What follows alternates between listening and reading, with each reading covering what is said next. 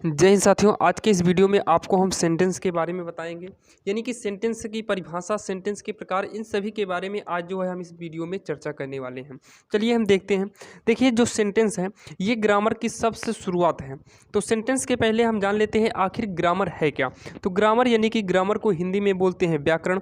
व्याकरण वह विद्या है जिसकी सहायता से किसी भी भाषा का ठीक प्रकार से लिखना और बोलना सीखा जाता है। ध्यान दीजिए, जो ग्रामर है, ये जो व्याकरण है, ये व्याकरण एक ऐसी विद्या है जिसके माध्यम से आप किसी भी भाषा की शुरुआत कर सकते हैं। ग्रामर की शुरुआत से ही आप इंग्लिश बोलना सीख सकते हैं, ग्रामर की शुरुआत से ही आप हिंदी बोलना सीख सकते हैं। यानी कि किसी भी भाषा को आप शुद्ध रूप से बोलना चाहते हैं तो उसके लिए ज़रूरी है ग्रामर का ज्ञान। यानी कि ग्रामर का ज्ञान होना बहुत ही ज़रूरी है। अब यहाँ पर हम देखते हैं सेंटेंस के बारे में। सेंटेंस यानी कि इसका हिंदी होता है वाक्य। हिंदी में बोलते हैं सेंटेंस को वाक्य। यहाँ पर देखिए, a sentence is group of word which makes complete sense. यहाँ देखिए, a sentence is group of word, यानी कि शब्दों के समूह को सेंटेंस कहते हैं। यानी कि वर्ड्स माने होता है कई वर्ड मिले हों, ऑफ ग्रुप, ग्रुप माने होता है उनके समूह यानी कि एकत्रित मिला दिया जाए। इज माने होता है सेंटेंस यानी कि वाक्य, यानी कि वर्डों के समूह को हम सेंटेंस कहते हैं। विच मेक्स कंप्लीट सेंस, इसका मतलब है आप किसी भी वर्ड को जब मिलाइए तो उसका एक कंप्लीट अर्थ निकलना चाहिए। मान लीजिए यहाँ पर हम लिखते हैं टी, टी कई बार टी लिखते हैं, ये भी उस क्या कहते हैं सेंटेंस यानी कि वर्ड बन सकता है। लेकिन यहाँ पर ये वर्ड तो बन सकता है लेकिन इसका कोई अर्थ भी नहीं निकलता है। आप ऐसे सेंटेंस को मिलाइए जिसका कोई अर्थ निकले।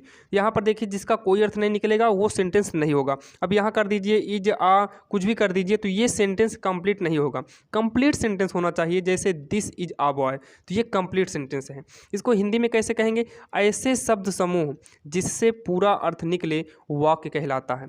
ऐसा शब्द समूह जिससे पूरा अर्थ निकले उसे वाक्य कहते हैं। अब यहाँ पर हम जानते हैं काइंड्स ऑफ सेंटेंस। चलिए हम देखते हैं काइंड्स ऑफ सेंटेंस यानी कि वाक्यों के भेद। ये देखिए, मुख्यतः 5 प्रकार के होते हैं। Number 1, assertive sentence. Assertive sentence को हिंदी में बोलते हैं साधारण वाक्य। इंट्रोगेटिव सेंटेंस, इसका मतलब है हिंदी जिसमें प्रश्न पूछा जाए, ऐसे वाक्य को प्रश्नवाचक वाक्य कहते हैं। उसके बाद आता है इम्परेटिव सेंटेंस यानी कि आज्ञा सूचक वाक्य, जिसमें आज्ञा लिया जाए, मैं जा सकता हूँ, आ सकता हूँ, जैसे कि मैं आई कमीन उमीन होता है, ये सभी चीज़ आता है इम्परेटिव सेंटेंस में। चौथा होता है एक्सक्लेमेटरी सेंटेंस, ये है विस्मयादि बोधक वाक्य। अगला आता है ऑप्टेटिव सेंटेंस, हिंदी में होता है इच्छादि बोधक वाक्य। अब देखते हैं आगे क्या है। आगे देखिए, असर्टिव सेंटेंस को भी मुख्यतः 2 भागों में बांटते हैं।